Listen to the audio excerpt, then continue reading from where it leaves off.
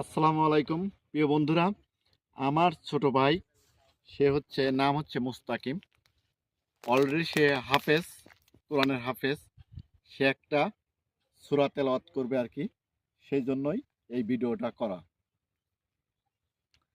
أعوذ بالله من الشيطان الرجيم. بسم الله الرحمن الرحيم.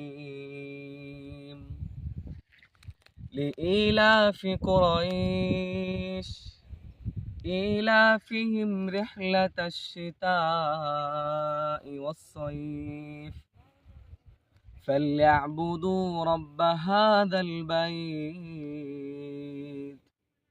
الذي أطعمهم من جوع وآمنهم من خوف صدق الله العظيم.